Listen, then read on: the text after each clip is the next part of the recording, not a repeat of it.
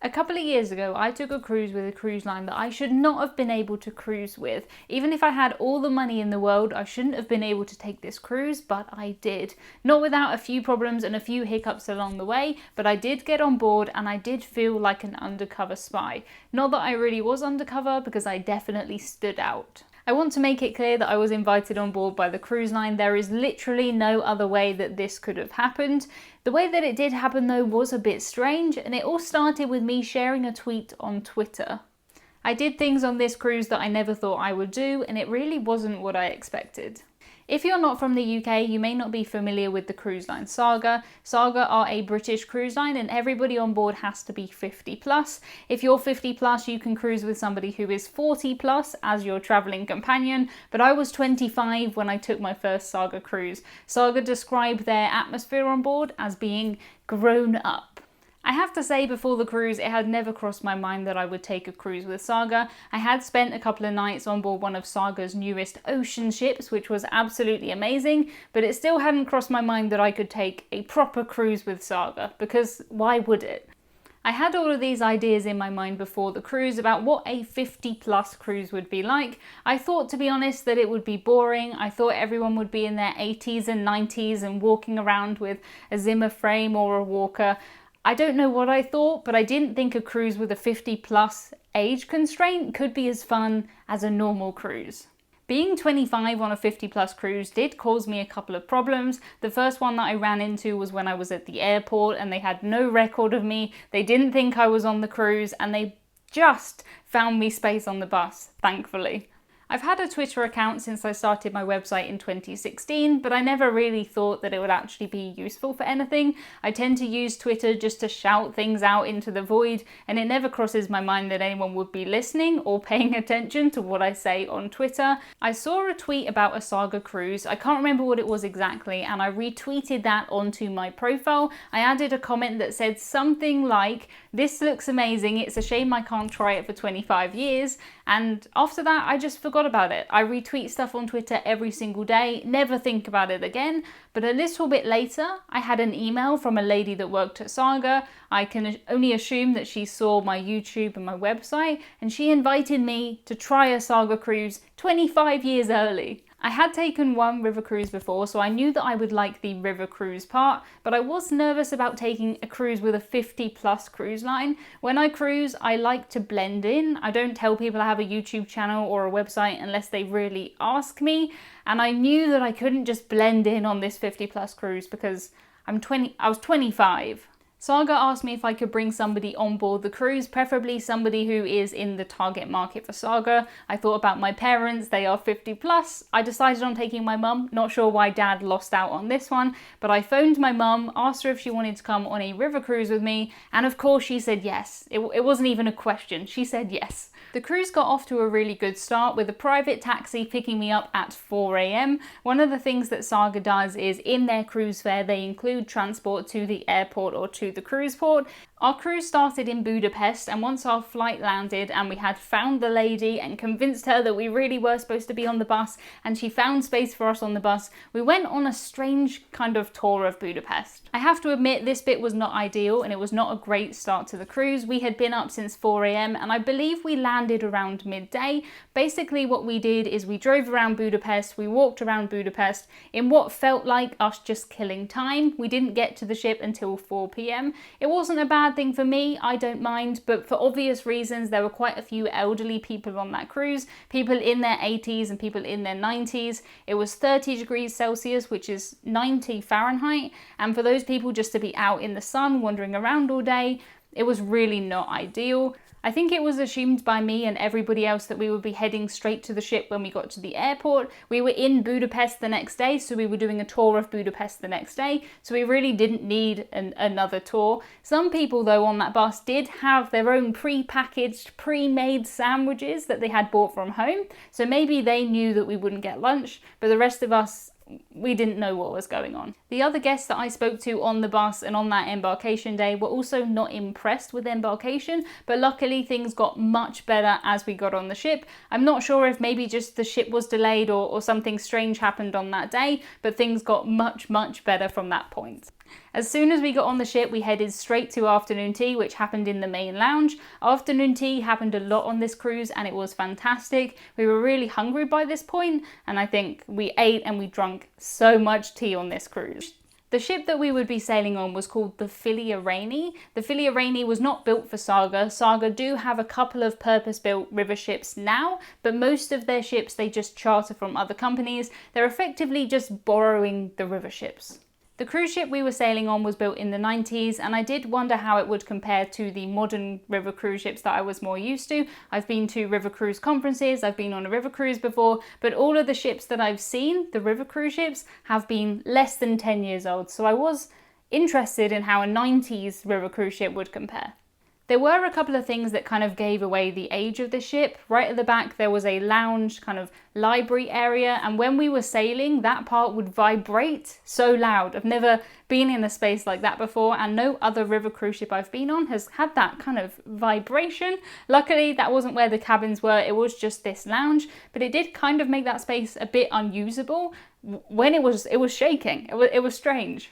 We also had a key to get into our cabin, an actual key with an actual key ring, and when you got off the ship you would give in your key. On a lot of other river cruise lines and ocean cruises you'll scan yourself in and out when you get off the ship, but on this one you had to hand in your key and then they knew that you were on land. Not sure what would happen if one person in a room wanted to get off and one wanted to stay, but I guess that doesn't happen too often. Apart from those couple of things though, the ship was really nicely decorated, it was very comfortable, and most importantly, it was spotlessly clean. Very, very clean. Most river cruise ships are made up of one lounge, one restaurant, and one pool deck. You may have extra things, like you might have a little gym, you might have a little hairdressers, but generally speaking, it's a lounge, a restaurant, a pool deck, and of course all of the cabins. Saga river cruises, and most river cruises really, include drinks at meal times. That's not just when you're eating in the main restaurant. If you're in the lounge at a mealtime, your drinks are free too. And even outside of meal times, I have to say the drinks were very cheap. Probably the cheapest I found on a cruise. It cost £2 for a Diet Coke, which is pretty good for a cruise. I had heard loads of positive things about Saga's food before this cruise, and that was one of the things I was most interested in trying, and I have to say Saga's food lived up to and exceeded all of my expectations. It was fabulous.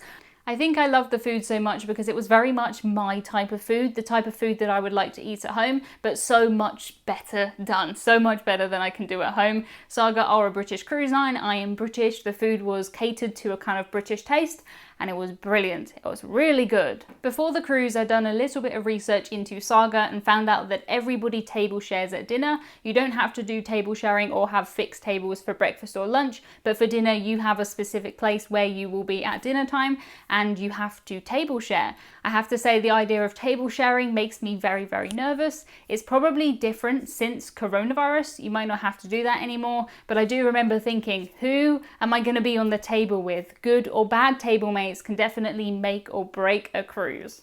We were so unbelievably lucky with our table mates. We shared with 4 ladies who were lovely, and I actually really enjoyed table sharing. We even did karaoke together on the last night, which is not something that I normally do. We were sat on a table next to the cruise director and the entertainment host, which meant that we also got to talk to them. I'm happy to say that every crew member I spoke to on this ship seemed to actually really enjoy their job, and they were genuinely just happy, nice people, which was really good. One difference between river cruising and ocean cruising is that because the river ship is quite small and there's not really that many crew members, they don't really have their own space where they go to get away from all of the passengers. So that means if you're the entertainment host and you're eating dinner, you're going to be eating with everybody else, which means you're pretty much always working. But luckily, all the people I met seemed very happy with that. They didn't seem to mind.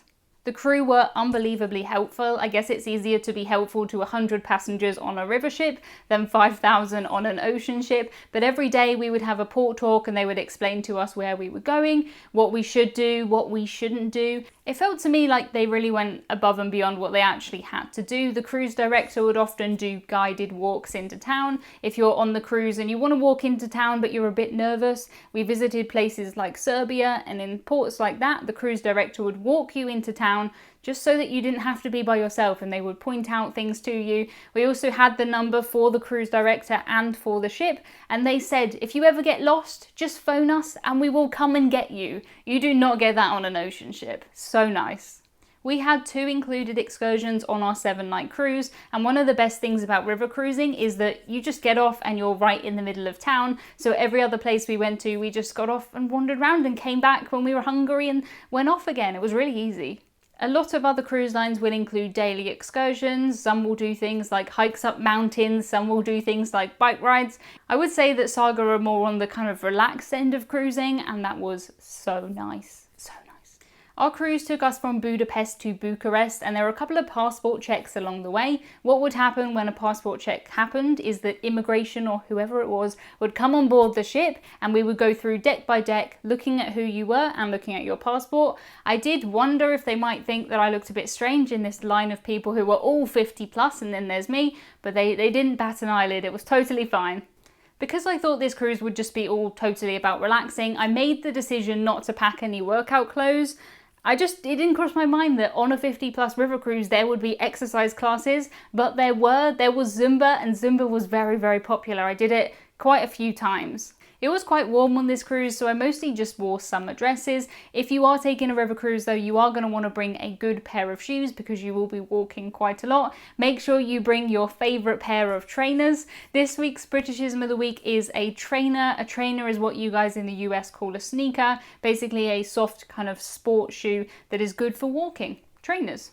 Every night in the main lounge there would be entertainment. It would go on until 10, 11, midnight, that kind of time range. I thought that the music may just all be kind of older music, but I was pleasantly surprised. We had karaoke and our entertainment host could also sing, so she would sing us some songs. We even had local acts come on board and perform for us. We had Hungarian dancers who did this amazing dance in the lounge. We were all sat around the dance floor and you could feel the air when they were spinning. They were so close to you. It was really like as close as you can get to interactive entertainment without you actually having to do anything. It was fun. A little bit scary when you feel the, right by your face, but it was really good. They know what they're doing. We actually had a full river day on this cruise, which I didn't even know that river days existed. I've been on quite a few ocean cruises with sea days, but I didn't know that there was a river equivalent. I had taken one river cruise before, but we were never really sailing for a long period of time, so I was really excited to have a full day on this river ship. It was really relaxing. We ate a lot, we drank a lot, I went in the swimming pool. We actually went through a couple of locks where you could be on the top deck and see everything that's happening. Even if you're not particularly into locks and stuff like that, just the engineering, the logistics of it, it was fascinating. It was really cool.